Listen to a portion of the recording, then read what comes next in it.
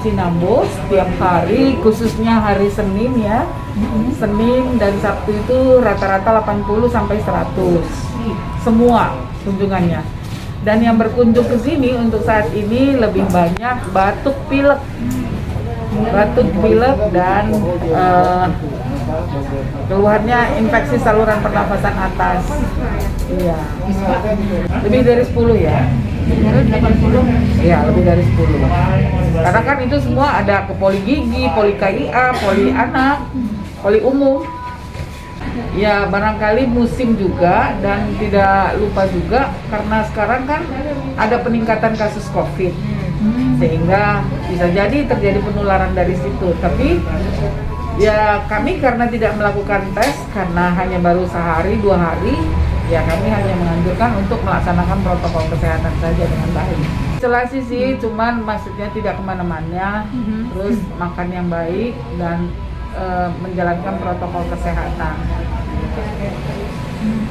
Kadang ada yang patuh, kadang tidak. Nggak bisa dikatakan juga. Karena kan kami hanya melihat di sini saja. Kalau di berobat ke Puskesmas Cilango, ya harus menjalankan protokol kesehatan. Ada. Enggak sampai 10 kalau dalam bulan ini saja enggak sampai 10.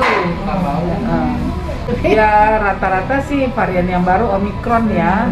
Himbauannya karena memang sekarang ada peningkatan kasus, kami menghimbau supaya masyarakat tetap menjalankan pola hidup bersih dan sehat, menjaga imunitasnya supaya bagus, istirahat yang baik. Terus jalankan protokol kesehatan. Ada screening penyakit tidak menular itu salah satunya hipertensi ya. Usianya 15 tahun ke atas sampai 60. Pasien-pasien yang datang kita kasih juga ada lembar screening. Saat pemberian vaksinasi COVID juga kita berikan itu format-format apa untuk screening.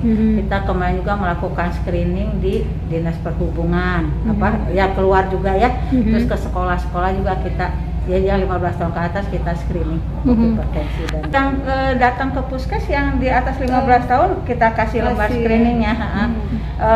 Hasilnya ya lumayan ya, apa ya tinggi juga ya, apa untuk hipertensi mah, untuk remaja mah pola makan, gaya hidup ya. Kemudian betul stres juga bisa, kurang aktivitas juga bisa, itu salah satunya. Iya.